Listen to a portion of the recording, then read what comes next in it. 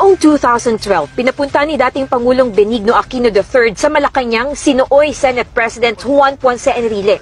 Sa Cabinet Room, nagbigay ng briefing hinggil sa sitwasyon sa Scarborough Shoal si dating Foreign Affairs Secretary Albert Del Rosario. Ang nakapagtataka ayon kay Enrile, kasama sa meeting si dating Senador Antonio Trillanes IV na nooy nakikipag-usap na pala sa mga leader ng China. Tinanong ko sa kanya, anong karapatan mo na nagpunta sa China? Yung ba, kusang loob mo lamang ang nagpunta ron? Sabi niya, hindi. Nagpunta ako doon, may authority ako. Sinong nag-utos sa inyo pumunta ron?